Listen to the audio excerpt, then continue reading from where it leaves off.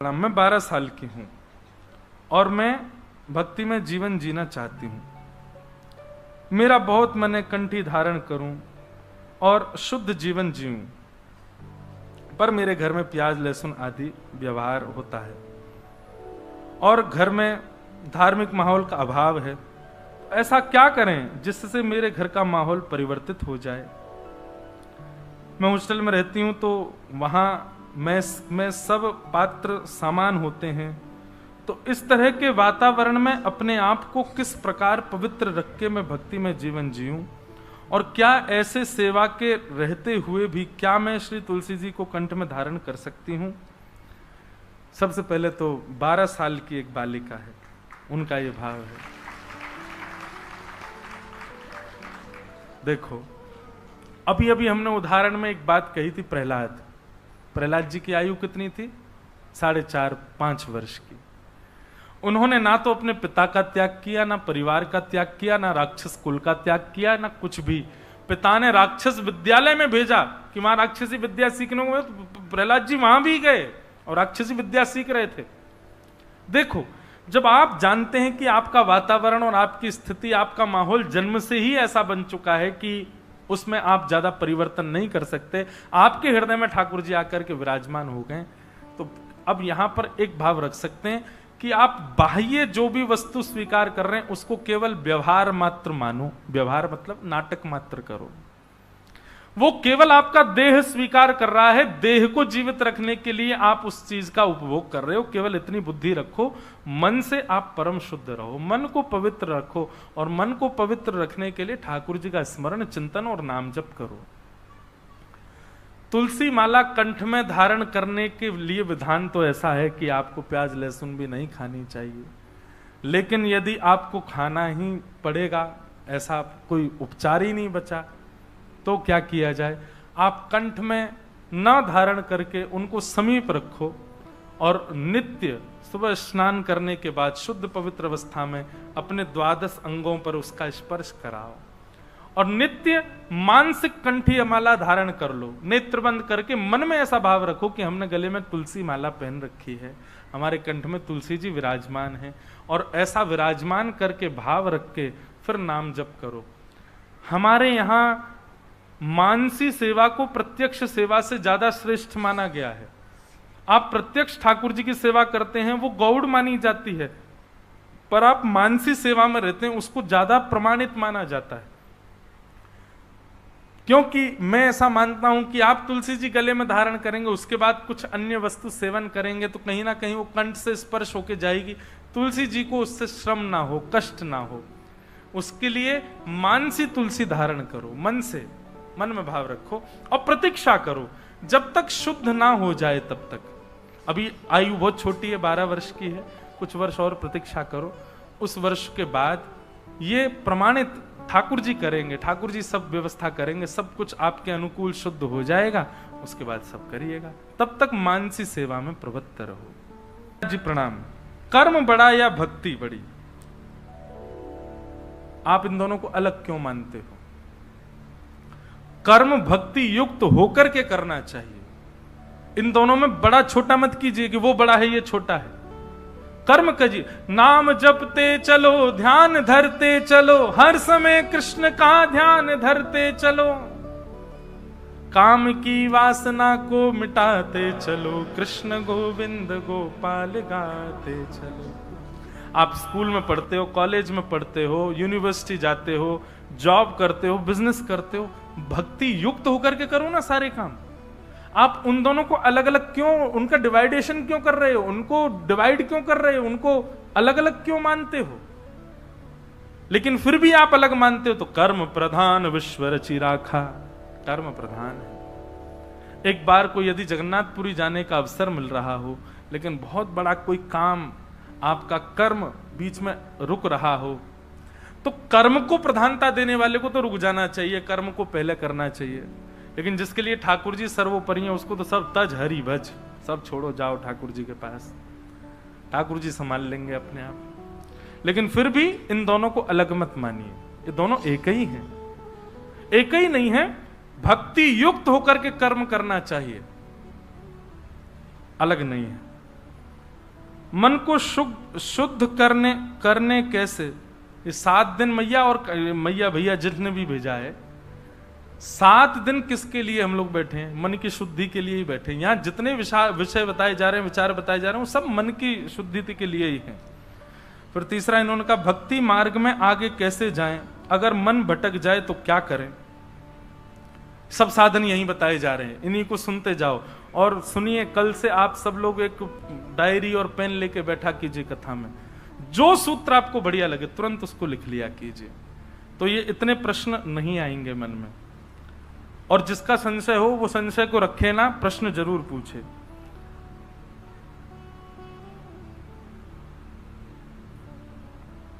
भक्ति से संतुष्ट न होना समझ में आता है, पर व्यापार से संतुष्ट होने वाली बात विस्तार से बताइए। वाह, भक्ति से संतुष्ट नहीं होना चाहिए, ये बात तो महाराज जी समझ में आ जाती, पर आप कह रहे हो कि व्यापार से संतुष्ट हो जाना चाहिए। इस बात को बताओ। देखो, ये हमने इस परिप्रेक्ष्य में कहा था, जिसके लिए भक्ति प्रधान है, जिसके लिए जो वस्तु प्रधान है उससे कभी संतुष्ट मत हो, इसीलिए उसमें गति प्राप्त करोगे। अगर आप व्यापार में गति प्राप्त करना चाहते हो, उससे संतुष्ट मत हो, लगे रहो लगे रहो लगे रहो। और लगा व्यक्ति तभी रहता है जब संतुष्ट नहीं होता। संतुष्ट हो जाता है तो विश्राम करता है। भोजन करते करते जब संतुष्टि हो जाती तभी हम कहते बस अब नहीं। ऐसे ही जिसको भक्ति मार्ग प्रधान है वो भक्ति में कभी संतुष्ट ना हो। व्यापार मार्ग प्रधान है, व्यापार संतुष्ट, लेकिन जिस मार्ग को आप चुनो उसके अलावा बाकी सबसे फिर संतुष्ट हो जाओ, उससे संतुष्ट मत हो। अगर भक्ति मार्ग आपके लिए सब कुछ है तो फिर परिवार, व्यापार, इन सबसे संतुष्ट रहो। लॉस हो रहा है तो भी संतुष्ट, प्रॉफिट हो रहा है तो भी संतुष्ट। हम तो केवल ठाकुर जी के हैं, हम अच्छा हो बुरा हो हमें उससे कोई मतलब नहीं। फिर दया और कृपा, इसमें डिफरेंस क्या है? दया मानव करता है, गुरु करते हैं, कृपा ठाकुर जी करते हैं। कृपा मानव का अधिकार नहीं है। दया किसी के भाव को देख करके की जाती है, पर कृपा ठाकुर जी करते हैं, वो कई बार भाव भी नहीं देखते, कर देते हैं बस। कृपा का अधिकार मानव का नहीं है, तो ठाकुर जी का है। दया और कृपा में यही अंतर। दया किसे मिलती है और कृपा किसे मिलती है, दोनों में श्रेष्ठ क्या है? बात श्रेष्ठ स्पष्ट यही हो जाती है कि दया मानव करता है, कृपा भगवान करते हैं। दया मानव किसी की स्थिति देख करके करता, पर ठाकुर जी कई बार स्थिति भी नहीं देखते फिर भी दया कर देते हैं, कृपा कर देते हैं। फिर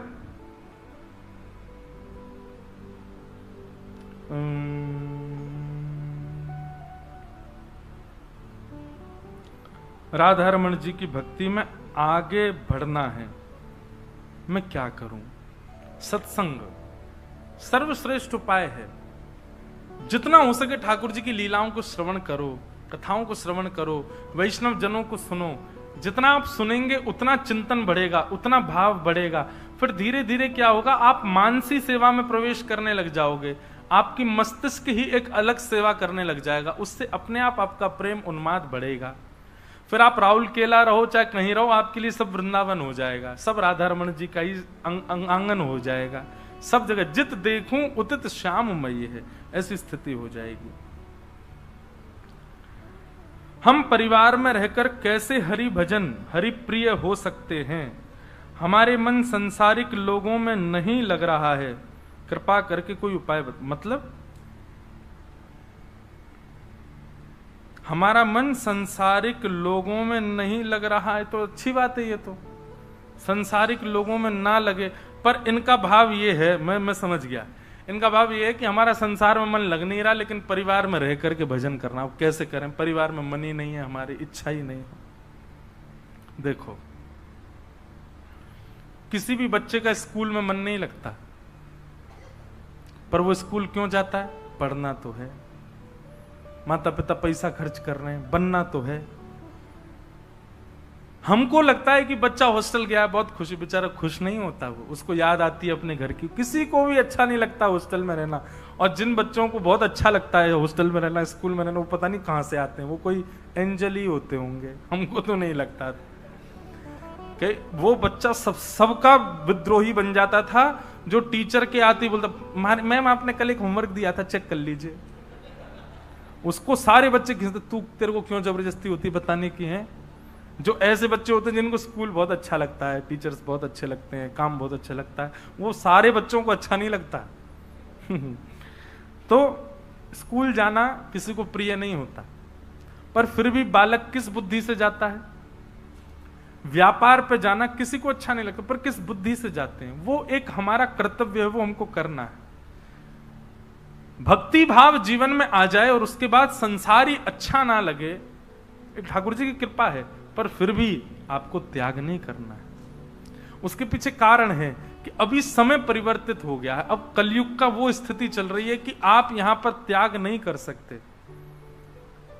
मीराबाई का समय नहीं रहा, अब ये प्राचीन काल का वो समय नहीं रहा है कि आप सब छोड़ करके और सब चले। मीराबाई ने भी, प्रसंग आता है कि मीराबाई ने वर्षों तक अपने ससुराल वालों का भी त्याग नहीं किया, जबकि उनके पतिदेव की मृत्यु हो चुकी थी। उसके बाद भी मीराबाई वहीं रहती थी, इतनी परेशानियां झेलते हुए भी रहती थी। एक दिन जब अति हो गई और बहुत वर्ष निकल गए सहते सहते मीराबाई को, तब एक बार मीराबाई ने गोस्वामी जी को पत्र लिखा, गोस्वामी तुलसीदास जी को, कि मैं क्या करूं, मैं ऐसे परिवार में रहती हूं, मैं इनको छोड़ना नहीं चाहती, मैं इनको त्यागना नहीं चाहती, पर मैं क्या करूं। मेरी भक्ति और मेरे ठाकुर जी के प्रति यदि आक्षेप करने वाला परिवार हो तो ऐसे परिवार के प्रति मैं क्या भावना रखूं। तब गोस्वामी जी ने उत्तर के रूप में चौपाई लिख करके भेजी, जाके ही अन राम वही देही तजिए ताही कोटि वही रिसम यद्यपि परम स्नेही। जिसके हृदय में राम जी नहीं है, वैदेही सीता नहीं है, हे मीराबाई, तजिए ताही कोटि वही रिसम यद्यपि परम स्नेही, चाहे वो कितना भी स्नेही क्यों ना हो, उसको तुरंत त्याग दो। तब मीराबाई ने गृह त्याग किया। हम उस स्थिति में नहीं पहुंचे, तो इसलिए कर्तव्य मान करके परिवार में रहो। प्रहलाद जी ने त्याग नहीं किया अपने पिताजी का, प्रहलाद जी ने त्याग नहीं किया अपने राक्षस कुल का, वहीं रहे, वहीं रहकर के नृसिंह भगवान को प्रकट कर दिया। इसलिए हमेशा भाग जाना उपाय नहीं होता, रुको, डटो और थोड़ा सौम्य भाव से प्रतीक्षा करो ठाकुर जी की। तो ये कुछ प्रश्न हैं। महाराज जी आपके चरणों में दंडवत, बोलो वृंदावन बिहारी लाल। तो ये कुछ भाव, कुछ प्रश्न हैं। तो वेद रूपी कल्प वृक्ष का पका हुआ फल श्रीमद् भागवत, और ऐसी भागवत को क्या करना है, बोले पिबत भागवतम रसमालयम, भागवत की कथा को पियो। पीने का अभिप्राय क्या है? हम जो वस्तु पान करते हैं, जो वस्तु खाते हैं, जिस वस्तु का सेवन करते हैं, वो कुछ क्षण में ही हमारे तन में दिखने लग जाती है। दिखने लग जाती मतलब उसका असर हमारे तन के ऊपर होता है।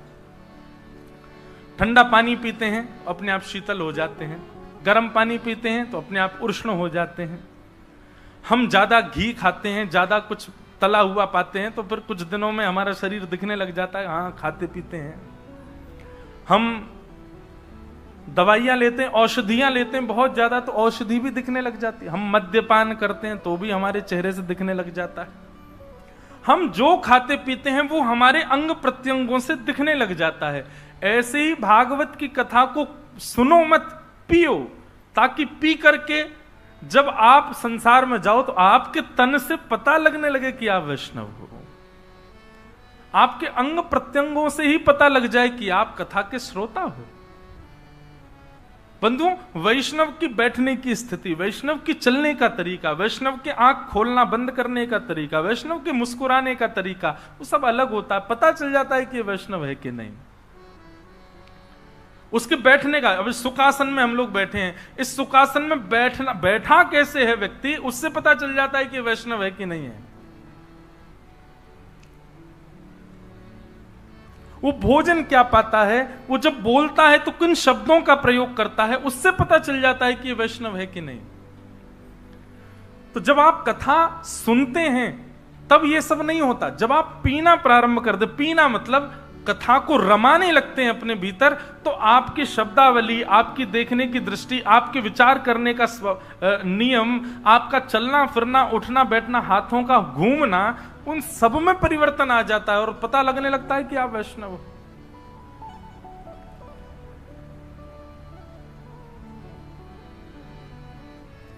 प्रणाम करने मात्र की आपके तरीके से पता चल जाता है कि आपने कथा सुनी है कि नहीं कभी।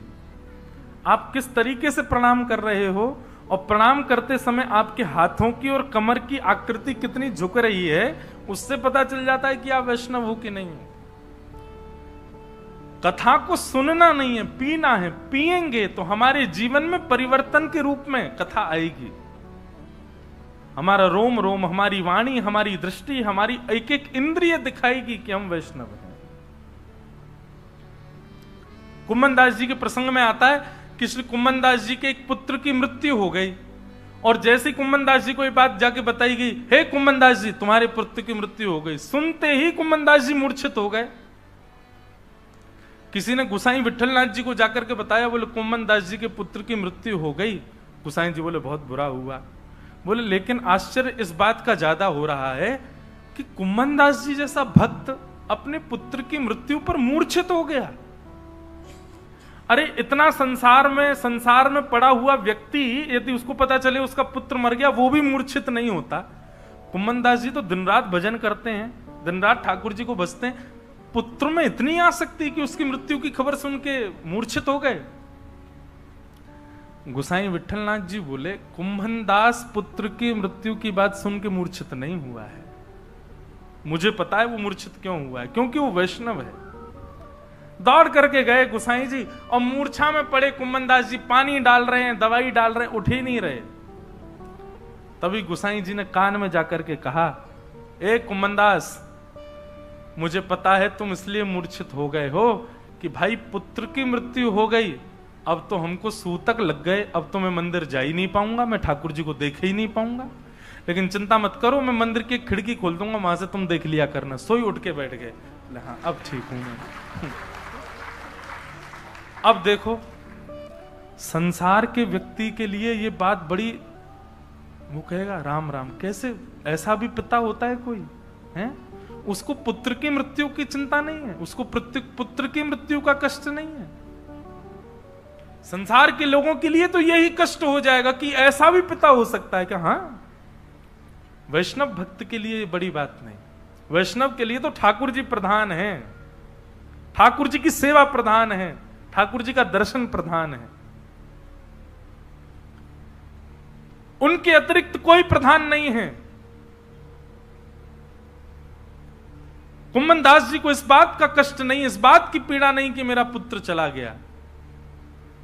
पीड़ा है पर मूर्छा इसके लिए नहीं थी कि पुत्र चला गया, मूर्छा इसके लिए थी कि मैं पुत्र के बिना तो रह लूंगा, लेकिन 7 दिन श्री जी को देखे बगैर कैसे रहूंगा, उनको देखे बगैर कैसे मेरा जीवन कटेगा। और कुम्भन दास जी मूर्छित हो गए। पर जब पता चला कि नहीं, गुसाई जी कह रहे हैं खिड़की से तुमको दर्शन करा देंगे, सो ठीक हो गए। अब ये कुम्भन दास जी की स्थिति में दिख रहा है कि वो वैष्णव है। हमारी स्थिति, हमारी बोली चाली, हमारी हर चीज से पता चले कि हम वैष्णव हैं। वैष्णव के सामान्य बैठने का तरीका भी ऐसा होगा कि उस पर भी आपको लगेगा ये कुछ अलग है। उसके बोलने चालने चलने फिरने देखने का तरीका भी ऐसा होगा कि उसमें भी आपको लगेगा ये कुछ अलग है। और वो अलग आपको आकर्षित नहीं करेगा। वैष्णव की कोई भी स्थिति उसके प्रति आकृष्ट कर रही है तो यह आपका दोष है। वैष्णव की कोई भी स्थिति ठाकुर जी के प्रति आकर्षण पहुंचाए। इसका एक प्रमाण सुनो। हनुमान जी महाराज रूप बदल करके विभीषण के यहां गए, पहली बार एक ब्राह्मण का रूप धारण करके गए, और जैसे ही विभीषण के घर में प्रवेश किया, विभीषण जी रोज राम राम जपते थे। हनुमान जी ने जैसे ही देखा कि बाहर धनुष बाण चिन्ह बने हैं, राम लिखा है बड़े अक्षरों में, भैया ये लंका में कौन भक्त आ गया, तो हनुमान जी महाराज परीक्षा लेने के लिए एक ब्राह्मण का रूप धारण किया त्रिपुंड, लंबी चौड़ी चोटी, पटका गले में, यहां वेदों की ग्रंथ ले रखे हाथ में, और धोती पहन के हनुमान जी प्रवेश कर गए खड़ाऊ पहन करके। जैसे ही हनुमान जी ने प्रवेश किया विभीषण के कक्ष में, भवन में, विभीषण ने सामने जैसे हनुमान जी को देखा, शग्म भेष में आए थे हनुमान जी। विभीषण जी महाराज अपने आसन से उठे और उठकर के उनको दंडवत प्रणाम किया। हनुमान जी ने आशीर्वाद दिया। विभीषण जी उठकर के खड़े हुए, फिर लेट के फिर दंडवत प्रणाम किया। हनुमान जी ने फिर आशीर्वाद दिया, फिर खड़े हुए, फिर लेट के फिर दंडवत प्रणाम किया। 3 बार हो गए। हनुमान जी बोले बड़ी दंडवत हो रही है। फिर खड़े हुए, हनुमान जी कुछ कहते, विभीषण जी फिर लेट गए, फिर दंडवत प्रणाम। 1 बार, 2 बार, 3 बार, 4 बार, 5 बार, 10 बार प्रणाम कर लिया। हनुमान जी ने अब के रोका, ये भाई सुनो, तुम हमको जानते हो क्या? हनुमान जी को संशय हो गया, कहीं मेरा चेहरा पता तो नहीं चल रहा है इसको कि मैं हनुमान हूं। हनुमान जी बोले, सुनो तुम हमको जानते हो क्या? विभीषण जी बोले, नहीं। इतनी दंडवत क्यों कर रहे हो हमको? हम तो पहली बार तुमसे मिले हैं आज, इतना प्रणाम क्यों कर रहे हो हमको? विभीषण जी के नेत्रों में पानी आ गया, अश्रु जल भर आए और हाथ जोड़ करके कहने लगे, मैं आपको जानता नहीं हूं, पर आप जब से मेरे सामने आए हो ना, वर्षों से मैं राम जी का भजन कर रहा हूं, इतने प्यारे मुझे राम जी कभी नहीं लगे, लेकिन जब से आप मुझे दिख रहे हो तब से राम जी मुझे इतने प्यारे लग रहे हैं, इतने प्रिय लग रहे हैं। मुझे राम जी के प्रति इतना प्रेम हो गया है मेरे चित्त में, निश्चित ही इस बात का प्रमाण है कि आप कोई सामान्य तो नहीं हो, क्योंकि आपकी उपस्थिति, आपका दर्शन मुझे राम जी के और समीप ले जा रहा है। ये वैष्णवता का लक्षण है।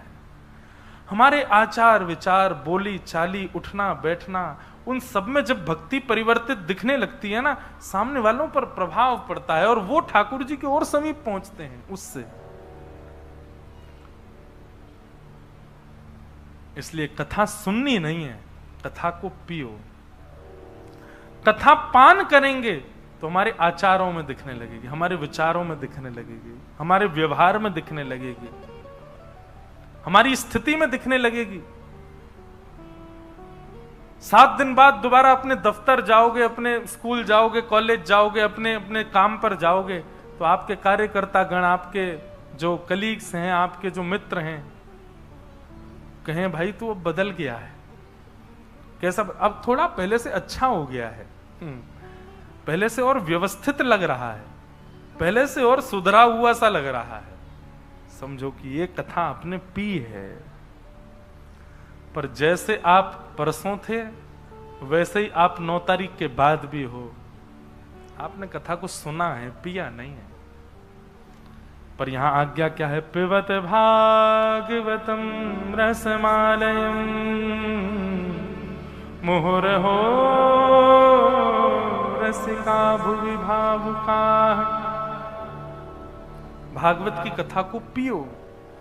व्यास जी ने जो बातें कही, उन बातों को तुरंत अपने जीवन में उतारने का निश्चय कर लो। आप विश्वास मानिए, अन्य साधना आप ना भी कर पाओगे चलेगा, लेकिन कथा में जो आप सुनते हैं उसको तुरंत अपने जीवन में लागू करते हैं। आपके कल्याण की जिम्मेवारी ठाकुर जी ले लेते हैं। फिर क्यों? क्योंकि आप कथा में सुने गई बातों को अपने जीवन में लागू कर रहे हो। श्रीमद् भागवत के 11 स्कंद में, 10वें स्कंद में भगवान कहते हैं, अंजह पुंसाम विदुषाम बुद्धिम भागवतान हितान। मेरे बताए हुए भागवत मार्ग पर जब व्यक्ति चलने लग जाता है, उसका कभी पतन नहीं होता, और यदि कभी उसका पतन हुआ भी, कभी वो गिरा भी, तो मैं उसके सामने खड़ा हूंगा उसको उठाने के लिए। प्रसिद्ध प्रसंग आता है श्री बलराम दास जी महाराज का। जगन्नाथपुरी में श्री बलराम दास जी महाराज हुए। जगन्नाथ भगवान को रोज पद सुनाते थे, गाते थे, गाने में बड़े निपुण थे।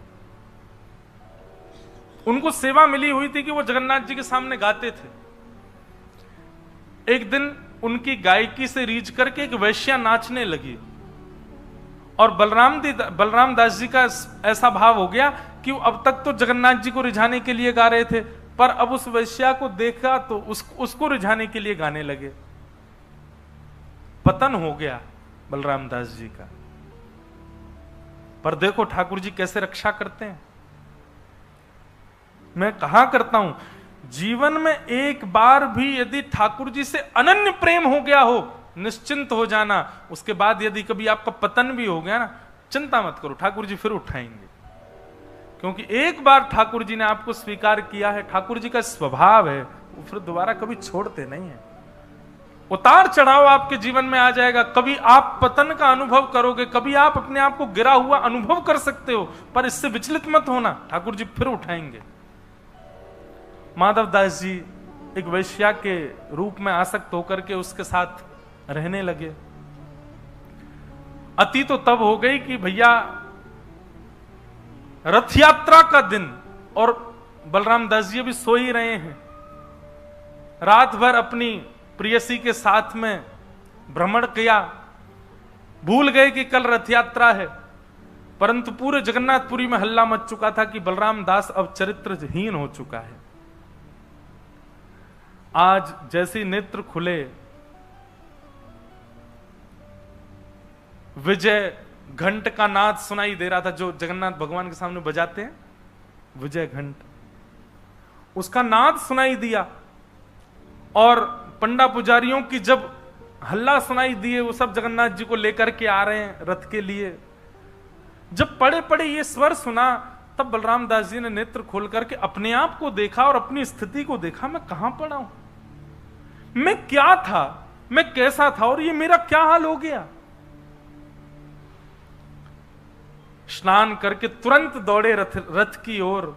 बोले मेरे पद गायन के बाद ही रथ यात्रा प्रारंभ होती है, आज भी वैसा ही होगा। परंतु आज पंडा पुजारियों ने उनको रथ पर चढ़ने ही नहीं दिया। सब पहचान चुके थे कि माधवदास वैश्यागमन करता है, अब इसको रथ में चढ़ने का भी अधिकार नहीं है। माधवदास जी महाराज रोने लगे। जगन्नाथ जी देखने तक नहीं दिए उनको किसी ने। माधवदास जी महाराज गए और समुद्र में प्राण त्यागने लगे अपने। बोले मुझसे बहुत बड़ी भूल हो गई नाथ, मैंने आपकी सेवा छोड़ करके संसार की सेवा में लग गया। तभी उनके मन में आया, प्राण क्या त्यागूं, एक बार और प्रयास कर लूं, क्या पता जगन्नाथ जी स्वीकार कर लें।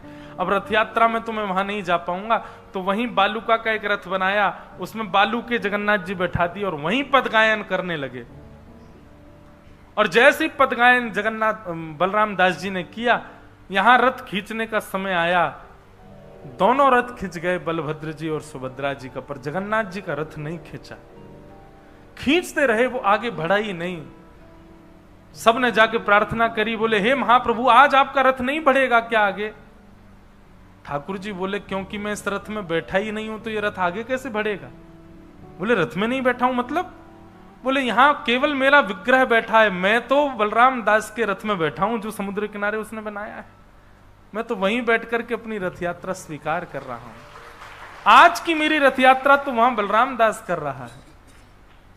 मतलब विचार करेंगे आप, संपूर्ण पंडा समाज, पुजारी समाज और संपूर्ण जगन्नाथपुरी के लोगों ने बलराम दास का त्याग कर दिया, लेकिन महाप्रभु कितने दयालु। उसके इस गलत दूषित कर्म पर भी ठाकुर जी ने उसका नमे भक्त्या प्रणश्यति, गीता में भगवान कहते हैं एक बार जो मेरे को अपना लेता है उसके बाद उसका पतन हो भी रहा हो ना अर्जुन, तो मैं उसको गिरने नहीं देता, मैं उसको पकड़ लेता। बलराम दास का पतन नहीं होने दिया ठाकुर जी। इसलिए भैया एक बार भी यदि ठाकुर जी से आपको प्रेम हो गया हो, एक बार भी श्री कृष्ण के प्रति नेत्र सजल हो गए हों, निश्चिंत हो जाना संपूर्ण जीवन के लिए। अब ठाकुर जी ने स्वीकार कर लिया है, अब आपका पतन नहीं होगा। होगा भी तो चिंता मत करना, ठाकुर जी आपको संभालने आएंगे। पर इसकी चिंता बनी रहे चित्त में कि पतन वाला कार्य कुछ करना नहीं है हमको, यूं छोड़ आए कर ले, ठाकुर जी बचा ही लेंगे, ऐसा नहीं, जानबूझ करके नहीं। तो ऐसे भाव हैं, पिबत भागवतम रसमालयम, भागवत की कथा को पियो। कब तक पियो? बोले मुहुर हो रसिका भुवि भावुका, पीते रहो पीते रहो पीते रहो जीवन पर्यंत। बंधुओं, अपनी कोई भी सेवा का आप लोग त्याग कर देना, पर कभी कथा सुनने का त्याग मत करना। हमारी कई एक बात मान लीजिए, आप हर दिन 20-25 और आधा घंटा, 20-25 मिनट आधा घंटा सत्संग को देना प्रारंभ कर दीजिए। नित्य सत्संग करो, नित्य श्रवण करो भगवत वार्ताओं को। इससे कल्याण होगा, कल्याण का मार्ग प्रशस्त होगा। इस प्रकार 3 श्लोकों में मंगलाचरण किया। सौनकादि ऋषियों ने 6 प्रश्न किए। इन्हीं 6 प्रश्नों में आगामी 6 दिन की कथा चलेगी। सूत जी महाराज ने प्रश्न सुनकर के सबसे पहले अपने गुरु को वंदन किया कि यम प्रव्रजन्तमनुपेतमपेत कृत्यम द्वैपायनो विरह कातर आजुहाव पुत्रेति तन्मयतया तर्वो भिनेदु तम सर्वभूत हृदय मुनिमानतोष्मि।